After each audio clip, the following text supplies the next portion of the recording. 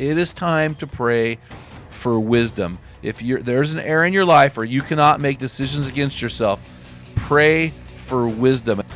It's not the critic who counts, not the man who points out how the strong man stumbles or where the doer of deeds could have done them better. The credit belongs to the man who is actually in the arena, whose face is marked by dust and sweat and blood. From Men in the Arena, it's Equipping Men in 10. Our conviction is to call you into the arena of manhood, call you out of the faceless, nameless bleachers, and call you up to be the best version of you, because when a man gets it, everyone wins. Enjoy today's episode. Men in the Arena Army, we salute you. Hey guys, thanks for listening to another episode of the Men in the Arena podcast. I'm Jim Ramos, and if you couldn't tell, I'm here with our producer and friend Dale Culver. What is going on today, man? Just hanging out with you. This has been a lot of fun. Yeah. We just got done interviewing a guy in India, and that was one of the roughest interviews ever. Not because of him, because there was a barrier, there was a language barrier, there was a distance barrier, there's a delay. It's really hard to interrupt a guy when there's a delay. You know, that's my go-to is the interrupt. 5-second delay. Seriously, it was really good, but he's got a great thing going on over there in one of the least Christian areas on the planet. It's pretty cool. Anyway, hey, I want to get into our podcast. We're going to go into our 20th quality and final quality of the full capacity man. I do want to say this before we get into the man word. So, guys, I want to start a series for as long as we need to go, just called Ask Me Anything. We've done this before, but if you have any questions about manhood, about marriage, about fathering, about anything that has to do with you becoming your best version, hit us up at info@meninthearena.org, and I will try to tackle that. If we use your idea, we'll hit you up with some swag. You can also reach us through Instagram or Facebook, but really the easiest way is just to send us an email at info@meninthearena.org. We get it. It's easy to see. It doesn't get lost in the shuffle. And we would love to hear from you guys, and we would love to put your question on display. But before we do that, Dale, do you have a man word for me today? Yes, I'm going to have to hyphen this one because it's 2 words in one. Don't hate on me. But mine is something that we are lacking a lot of these days, and it is common sense is my man word. And that is like not even, you can't even hyphenate that. It's just 2 words. It's just 2 words. I make the rules. How about we call it, hey, Dale, what's your man phrase today? Common sense, baby. Oh, that's great. It's beautiful. 2 words. I remember growing up and listening to older men like, man, these kids these days have no common sense. And as I'm getting older, I'm looking around going, okay, I'm not saying I'm the smartest guy in the world, but you might be book smart, but come on, dude. You're going to get eaten alive if you don't learn some street smarts, some common sense. This is going to be the effect of you doing this over time, sort of thing. And so I think it's just important that we learn some common sense and allow some dudes around you to help you gain some common sense. And if they say, hey, bro, you're doing something stupid, maybe listen. That's really interesting. I was reading in the Bible just this morning. I'm going through the pastoral epistles, which if you don't know, that's 1 Timothy, 2 Timothy, and Titus. And I'm going through verse by verse. I'm journaling. And this morning was 2 Timothy chapter 3, verse 7. It talks about these teachers that come into the homes of women. And at the time, it might have sounded weird, but I think that's really television. And it talks about them giving women knowledge without truth. And it hit me. We live in a generation. We just shut down our cable. We don't have cable anymore. One of the reasons was I didn't want to pay $100 for something I didn't use. So we just shut it down. But the other reason is there's so much garbage, so many lies coming through the television, right, that people believe, not only through the news, but through social media outlets. I mean, we're inundated with knowledge. But knowledge and truth are not synonymous. Correct. And we have to be very, very careful. And the problem with, and I don't want to give this generation a bad rap because I was the guy that I think lacked common sense. I think a lot of guys were. But the problem is having knowledge without truth. The Bible says, I think it's in 1 Corinthians 8:1, that knowledge puffs up, but love builds up. And so this is what you're talking about. You're saying you need to gain wisdom. You need to gain truth from people who know it instead of just following some of this garbage that's out there. And don't think for a second that you might have it all figured out. Well, this is a problem. I didn't know what I didn't know when I was a young guy. And young guys are better off just to shut up and listen to the older guys and learn from their experience. I mean, there's really something to be said there, something very, very profound that the young guys should lean on. And here's the other deal. When a young guy reaches out to me and said, hey, can you go to coffee or go to lunch? I go, yeah, and I pay because the old guys pay. That's the way it works. So it's just a great opportunity for a young guy to gain knowledge, gain truth, gain understanding, gain wisdom from an older guy. Mm-hmm. And so I think there is a common sense thing that is lacking because we are filling our minds with knowledge but not truth. True. And we're filling our minds with knowledge without experience. Ah. And so that's a big deal. So, well, that kind of leans into today a little bit. Today I'm going to talk about the 20th quality of the full capacity man. And this is the final one. Again, we'll do our Ask Me Anything series after that. If people have any questions, if not, we'll do some other series. I want to talk about the wise man.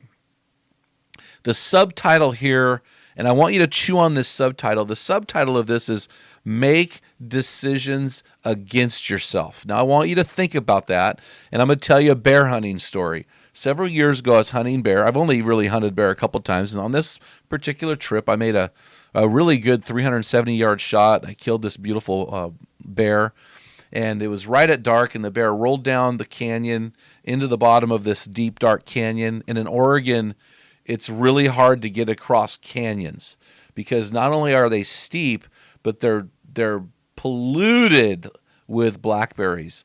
It's just very, very hard to navigate through the blackberries, the dark timber, the 5-foot-tall ferns. It's just really, really difficult during the day. Well, this was nighttime, and we were getting ready to go down in there, and I'm with my cousin, and I said, you know what?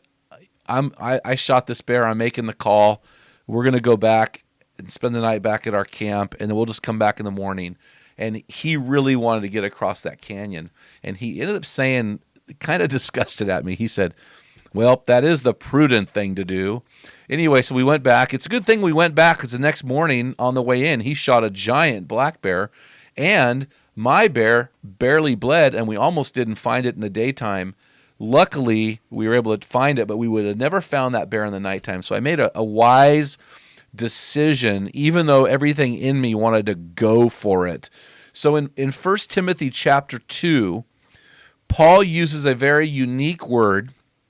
It's translated in many ways in the Bible, and in this case it says an overseer must be prudent.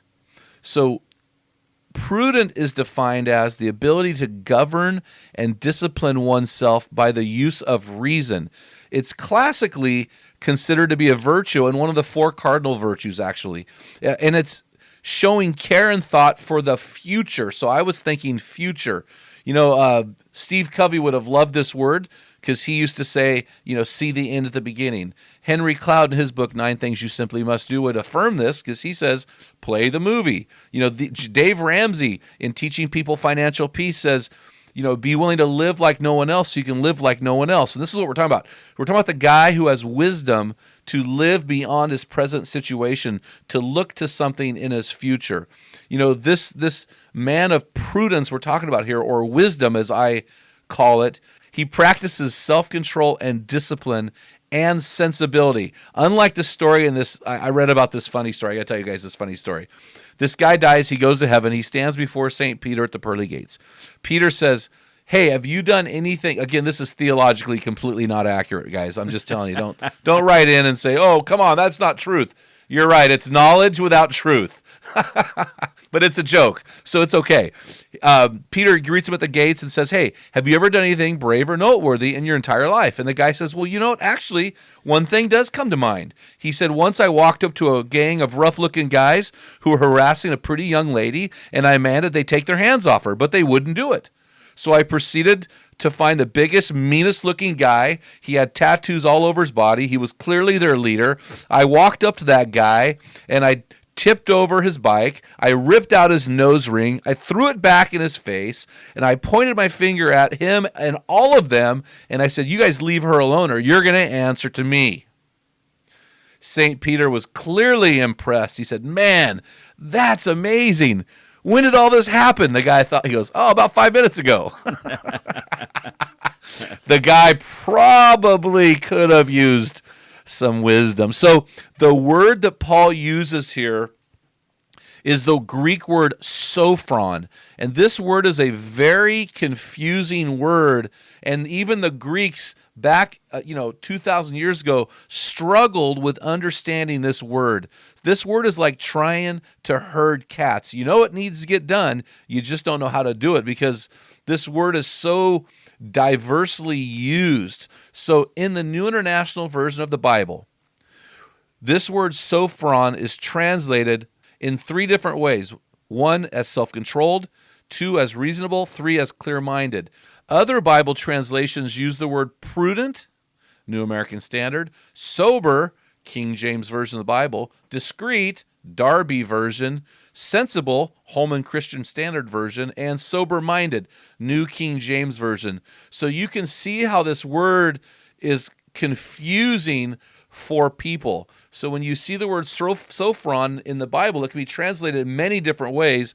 William Barclay, one of my favorite commentaries, almost seemed exasperated with this word, and he wrote this: "We have translated sophron as prudent, but it is virtually untranslatable. It is variously translated as of sound mind, discreet, prudent, self-controlled, chaste, or having complete control over sensual desires." The Greeks derived it from 2 words. This is important. So the 2 words that the Greeks used to define this word is sozo and phren. Sozo means to save, and phren means the mind. So this literally means to keep one's mind safe and sound. It can also mean to have a safe mind. Now, I don't know about you, Dale, but there's a phrase that I like to say to guys. It's lock it down. I say that all the time. Hey, you just got to lock it down. Shut down those emotions. Put them in a box. Or suck it up, buttercup. In other words, hey, man, embrace the suck. Deal with it. These are phrases or control yourself. Or get a grip on yourself, man. These are all phrases that we use to describe this word sophron that, like I said earlier, comes from sozo, which means to save, and phren, which means the mind. So let me tell you what other guys in this period of time said, other Greek dudes. Iamblichus, around 245 to 345 AD, called sophron, quote, "the safeguard for the most excellent habits in life." Pythagoras, where we get the Pythagorean theorem, in 570 to 495 BC, said, "it's the foundation on which the soul rests."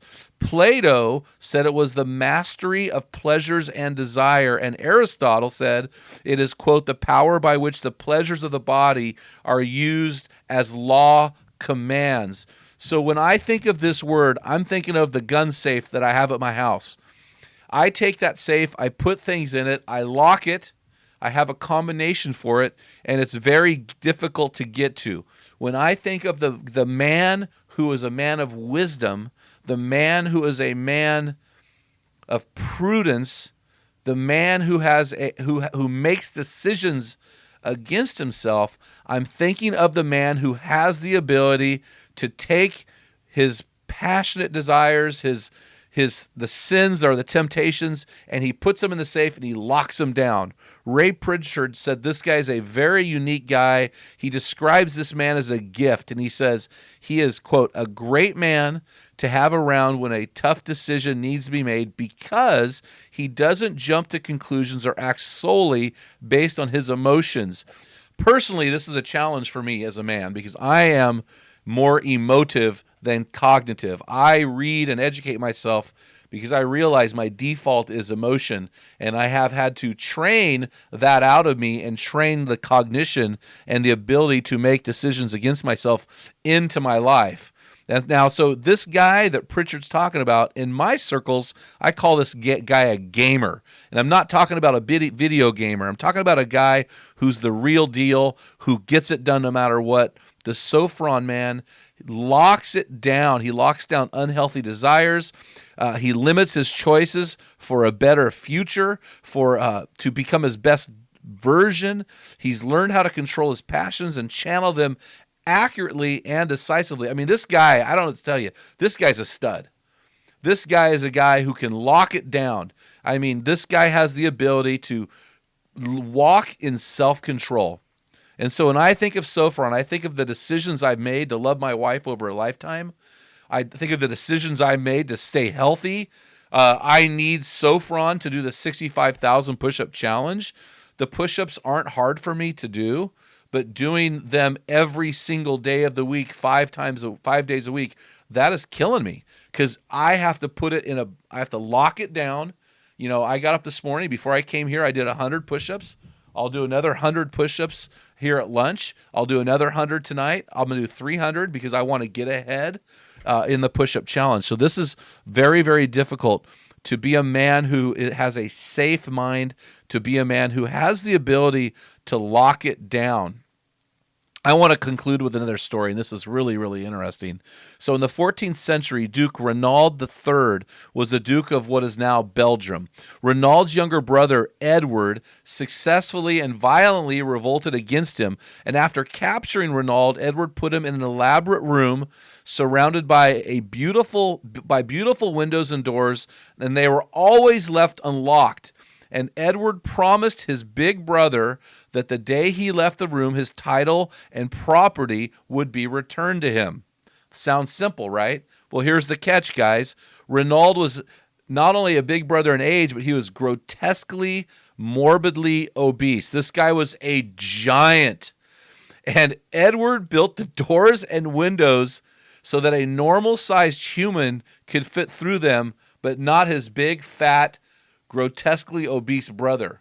He was so fat he couldn't fit through the door. So Edward, in an effort to help his brother, just said, "Hey, bro, if you can get through the doors or window, I don't care. You're good to go." So he had to get his weight to a healthy weight before he could leave the room. So knowing that his older brother's gluttonous addiction to food and that he couldn't make decisions against himself, in other words, he had no ability to lock down his mind, what he did was he sent his brother delicious food every day. He barraged him with food, tons of food. And over time, as you can imagine, Renaud actually grew fatter and fatter. Anytime someone accused Duke Edward of treating Renaud cruelly, he would say, "My brother's not a prisoner. He can leave whenever he wills." But it wasn't true because his brother could not will himself to control the food intake. Renaud stayed in that room for 10 years and wasn't released until after his brother Edward died. But by then his health was so bad, he died within a year. He was a prisoner of his own appetite. In other words, he was in bondage to food and he lost his ability to make decisions against himself. His story reminds me of a personal story. My son Darby and I were climbing the third tallest mountain in Oregon, the South Sister, and it was one of the most grueling climbs I've ever done. At one point, in the steepest part of this climb, it was, I think, 6 miles up and 5,500 feet of elevation gain. Darby was carrying my food. He was carrying my jacket. He had everything except my backpack that had water in it. And at one point we're sitting down. He was waiting for me. I was just grinding it. It was brutal. And at one point I said, "Man, this is hard because I'm a big dude trying to go up this hill." And my son Darby said, and Darby's very unemotional. And Darby is 26 and he's already bought 2 houses on his own income, no help. He said, "Dad, your weight is your choice." What could I say to that? What could I say to that? You know, this word, sophron in the Greek, means safe mind. In other words, lock it down. In Romans chapter 12, verses 2 and 3, Paul says, "Do not be conformed to this world, but be transformed by the renewing of your mind, so that you may prove the will of God is his good and pleasing and perfect will. For through the grace given me, I say to everyone among you not to think more highly of himself than he ought to think, but to have a sound judgment," or sophron. And that's what we're talking about, guys. The ability to make a decision against yourself for the sake of wisdom. I pray for guys all the time. When guys come to me, I love to pray with these guys. And there's two verses I use 99% of the time. One is Philippians chapter 4, verse 6, that deals with anxiety. The other one is James chapter 1, verse 5. It's a time in the Bible where God actually promises us that if we pray this prayer, it is a guarantee he will answer it. And it's this, here's the prayer, guys. But if any of you lacks wisdom, let him ask God, who gives to all generously and without reproach, and it will be given. Not might be, not should be, but will be. It will be given. And so, guys, I would just say, guys, it is time to pray for wisdom. If there's an area in your life where you cannot make decisions against yourself, pray for wisdom and ask God to give you a way to lock down your mind, to live with wisdom, to forsake immediate pleasures for the ultimate goal in your life. And I think this is what's going to really, really help you guys along the way. So, Dale, what's up, man? Take us on home. Yeah, man, head on over to our website at meninthearena.org and pick up your free electronic version of our book, Tell Them What Great Fathers Tell Their Sons and Daughters. And while you're there, click on Join Our Program.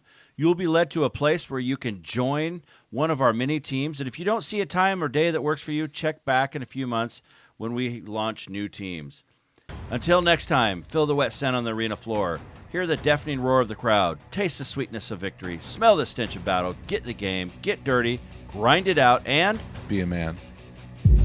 You've been listening to the Men in the Arena podcast. If you hunger to be your best version, then join thousands of men from around the world in our Men in the Arena forum on Facebook. This is the best place to have open discussions around the topic of biblical manhood. Make sure to explore our website at meninthearena.org, sign up for the weekly equipping blast, and take advantage of our many free resources designed to help you become your best version of a man. Thank you for listening to this episode of the Men in the Arena podcast. Remember, when a man gets it, everyone wins.